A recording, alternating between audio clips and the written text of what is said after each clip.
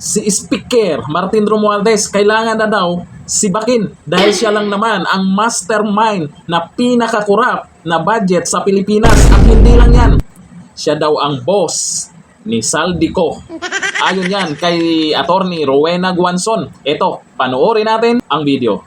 Ang tatalo sa 2025 budget ni Speaker Romualdez sa pinaka corrupt na budget sa buong mundo. All, at least pinaka o sa mga lumipas na administrasyon, eto ang pinaka-corrupt na budget. Naku, yung tagapagtanggol niya, may kakilala ako dyan, nananahimik na. Bakit? Hindi na ba tinuloy yung 1530 nila? Wala na bang pag-asa na maging pangulo siya?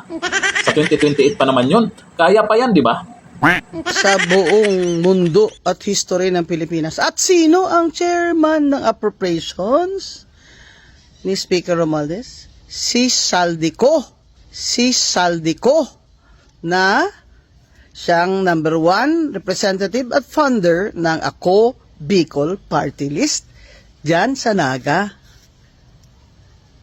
Ngayon, yung mga tao pinapauwi na si Saldico kasi namimiss na natin siya. Kaya itong si Congressman Saldico, matagal na itong congressman eh.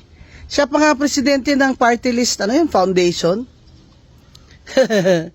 Nung ayaw pa upuin ni Romualdez sa ako sa P3PWD siya ang presidente.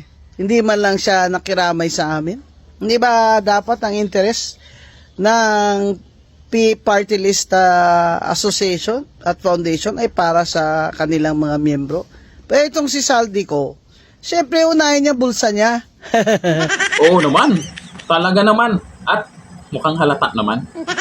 Ang boss niya talaga, si Romualdez. Boss?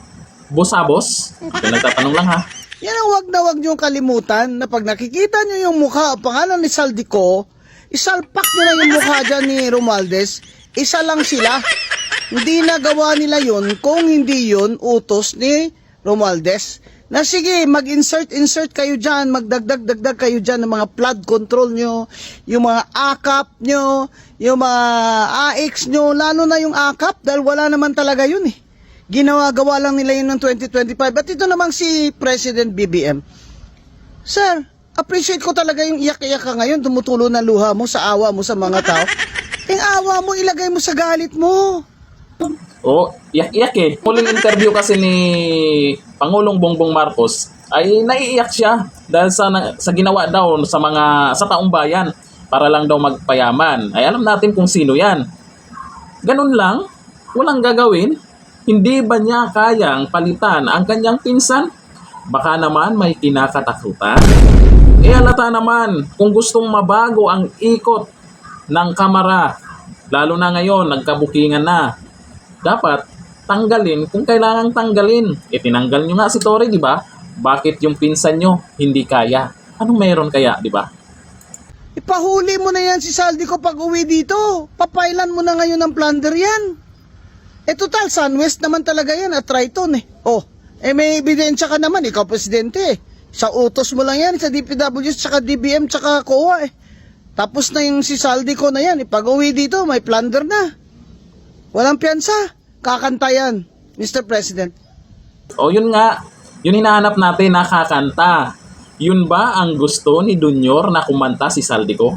Baka naman pag kumanta si Saldico, may mabubuking, kaya takot ang mga to. Ilabas nyo na ang galit nyo. Diyan sa kay Saldico, kung hindi nyo kayang patalsikin yung pinsan nyo na si Romualdez bilang speaker, kasi yan talaga ang mastermind nitong pinaka-corrupt na budget.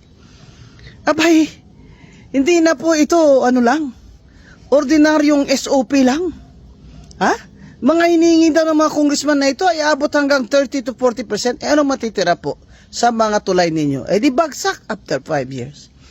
Ano pong anong tawag doon? Rock netting. Rock netting? Lalagyan mo na ng net yung bangin. Bilyon-bilyon na flood control. na paulit-ulit lang nilalagay sa budget ng DPWH at hindi naman daw napansin ng Department of Budget and Management. Niluloko. Niluloko niya naman ang taong bayan eh. Hindi niyo ba ma-computerize yan? Hindi ba naka-computerize yung mga request na yan bago yan ipasok sa National Expenditure Program ng DBM na pinapasa sa Presidente at pinapasa sa House of Representatives bago umakyat sa Senado? Ano naman po ang katungkulan ni Senator Grace po? Itanong na muna natin siya kasi wala pong nagtatanong sa kanya. Baka siya po ay makakapagpaliwanag nito at makatulong po sa ating mga kababayan dahil sa pag-imbestiga nito, di ba? Kasi siya ang chair ng Finance Committee. Balik tayo dun kay Saldico. Ay bakit ka pumunta ka Amerika nung nagkakagulan na dito Saldico? Ha? Alam na. Pumunta daw ng Amerika dahil ano daw nagpa-medical treatment daw Talaga? Timing talaga? Ay, alam na. Evidence of guilt yung flight mo eh. Baka pagbalik mo dito, iba na itsura mo. Di ka na mahuli. Umuwi ka na dito, Saldico. Baka tubuhan ka ng kaliskis dyan. Alam mo sa Amerika, maraming dyan, mga kababalaghan dyan. Maraming mga batas yung yung Amerika eh. Pwede ngang under the law of the United States pwede kang papailan dyan eh. Yung ginawa mo, na yun eh. Racketeering na yun eh. Sobra ka na. Sana may makahanap na mga law sa Amerika na nilabag mo. Total, andyan ka naman. Di pwede ka namang hulihin dyan. Ayan na. Yun nga ang katanungan dyan.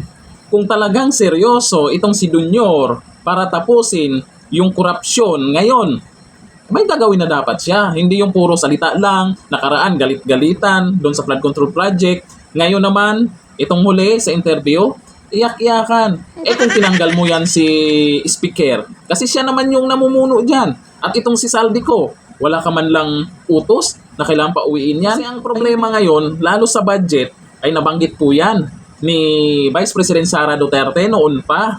Ang sabi, ang may hawak ng budget ngayon ay si Saldico at si Martin Romualdez. Pero binaliwala ni Dunyor yan. Ngayon, habang tumatagal, lumilinaw na ang sinabi ni VP Sara. Ang sabi ng karamihan, totoo pala. Tanong dyan, bakit hindi kaya ni Dunyor ang kanyang pinsan? May alas ba? Anong meron kaya dyan? Sa tingin nyo, satisfied ba kayo sa galit-galitan at iyak-iyakan? Tapos ngayon mabalitaan natin, ando na sa Cambodia. Dunyor, ingat dyan ha. Dito na lang, thank you. Bye-bye.